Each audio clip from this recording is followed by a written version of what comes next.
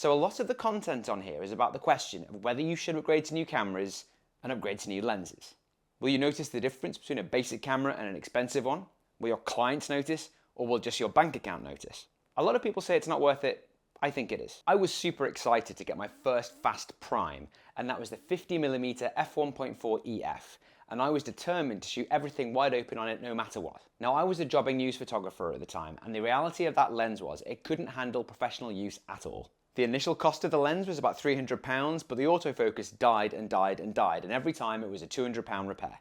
Another annoying thing about that lens, and this is true of all lenses, is that they tend to perform at their worst wide open, so I expected it to not be very good at f1.4, but the fact of that lens was, it stank at anything under about f2. I never used it under f2.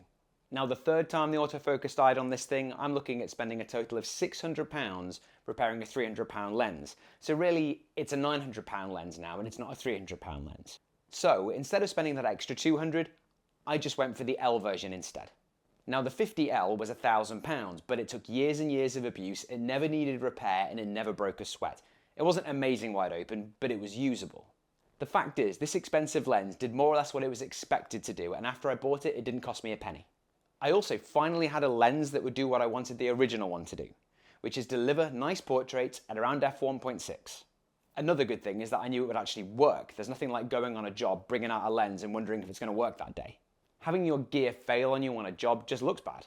Now the whole time I've been doing photography, I've always been an advocate of getting better lenses and cheaper cameras.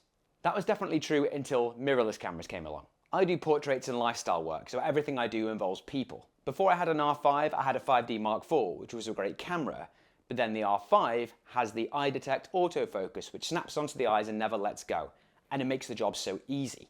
I love shooting on primes, and on my 5D4, I would love to do portraits at around f1.4 at about 85mm, and when I got to the post-processing stage, so many of them would just get thrown away because the eyeballs weren't sharp, the nose was in focus, or the ears were in focus. The minute I switched to the R5, I started to notice in the post-production stage that pretty much every single one of my shots was in focus, which means I've got more decent pictures to share with my clients. That really useful upgrade for me means I can just concentrate on the important aspects of my job and not worry about all the things that are likely to go wrong. Probably the most important upgrades I ever made were in the lighting department. The first flash I ever used on location was a 200-watt Bowens Esprit, and it had a giant battery that came with it that had about 200 full power flashes in it, and it weighed a ton. 16 years later, I'm using a B10X, which is about a fifth of the size, a quarter of the weight, and has 400 full power flashes.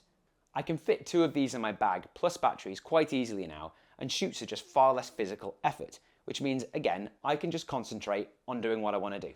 If you're a studio photographer and what you do every day is take a 10-year-old camera with a long lens on it, point at an item at f10, you're not really going to see the benefit of upgrades like these. But most photographers I know are all-rounders, and they benefit from things like newer sensors, better autofocus, image stabilization.